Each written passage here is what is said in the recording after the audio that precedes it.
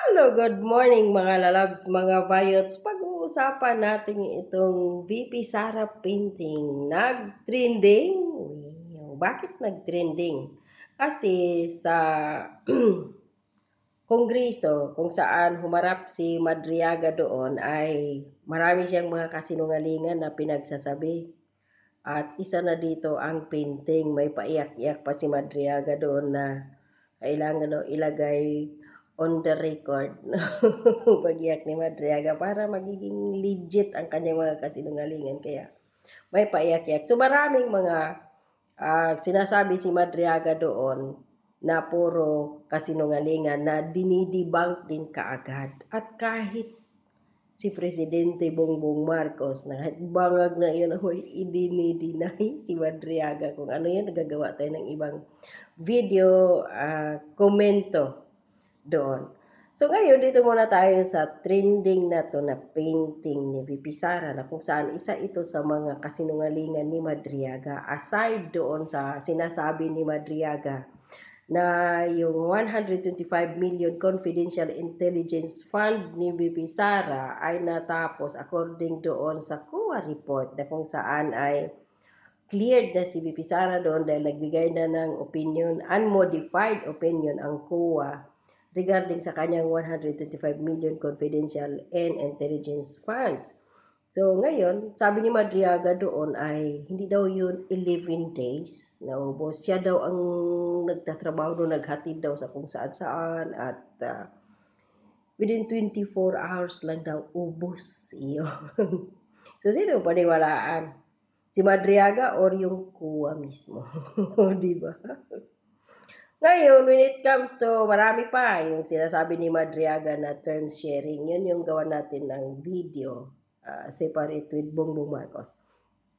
And doon sa sinasabi ni Madriaga na kinausap daw siya ni dating Pangulong Duterte na tulungan daw yung kanyang manugang na si Atty. Manscarpio na Mr. ni Vice President Sara Duterte at saka si Congressman Pulong Duterte na sangkot di umano sa mga ipinagbabawal na gamot na may halaga yata yun na 4 billion basta something ganyan.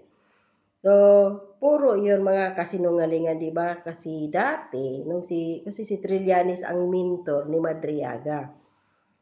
So, sinabi niya dati ni Trillanes nung siya ay senador pa na si Bongo, merong tato sa likod, na triad, si Congressman Pulong Duterte, naghubad dun, di ba, pinakita, wala namang tato.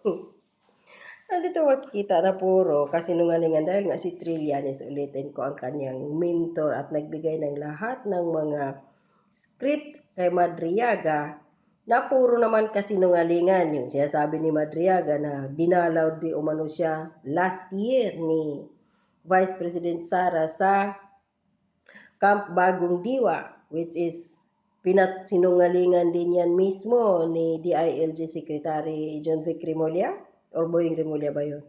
Na hindi si Madriaga ang binisita ni VP Sara, kundi ang si Tives, si Arnie Tives. At yung mga priso doon na may mga anak nag-aaral sa labas at yun, binibigyan ng scholarships. So, yun. So, dito na tayo ngayon sa painting na nag-trending. So, ito yung painting na to mga lalabs, mga wayots, na inamin din or inangkin ni Madriaga na kanya daw iyon. Binigay niya kay Inday Sara. Ayon dito kay Madriaga, inirigalo daw niya ang painting kay VP Sara nagregalo daw siya ng painting kay VP Sara niya na ginawa po ng isang scholar ko sa Laguna, sabi niya. Pinagawa ko po ang painting na yan tapos kinuha ng Presidential Security Group sa bahay sa Laguna. Direktang yun. So ngayon, itong painting na yan, ayan sa Facebook page ito ni VP Sara na Inday Sara Duterte. So ito nakalagay dyan, date, month August 16, 2021. So ang sabi pa dito ni VP Inday Sara, nakatingin siya dyan, Ito po ay gawa ng isang Dabawinya artist. Lahat po ng kanyang paintings ay walang mukha. Ano kaya sa tingin ninyo ang ibig sabihin sa ganitong style niya? O di ba? So 2021 yon. So ganun din ang sinasabi ni Madriaga daw na nirigalo. So ngayon, pinasinungalingan ng artist mismo. So ayon pa sa artist na saan na ba ito? Direktang pinasinungalingan ng artist, ngunit agad itong pinabulaanan. Yun. Itanya Gaisano na siyang original na artist ng naturang artwork. Ayon sa kanya, I gifted this painting to VP Sara when she was mayor of Davao City in 2021. So, yun, inirigalo ko ito sa kanya. Anything stated otherwise is false. So, ano man daw yung mga naiulat or nasabi doon, salungat iyon, sabi niya sa pahayag ng mga kasinungalingan, mga lalabs, mga bayot. Marinang nilinaw ang mga detalyeng taliwas ito sa kwento ni Madriaga. Hindi siya scholar. Sabi niya dito, I am not a scholar. I am not from Laguna. I am from Davao. Life is here. Ayun. So, hindi siya taga Laguna. Taga Davao siya. Bakit?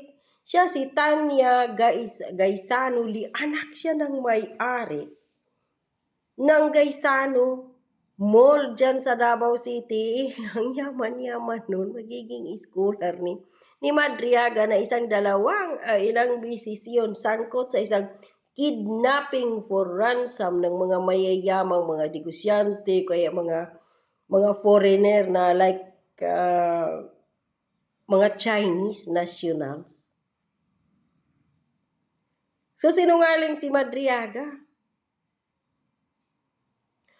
Yung lumang post na ito yung magpapatibay na sinungaling si Ramil Madriaga na kiniklaim niya na kanya yung painting gawa ng kanyang scholar sa Laguna.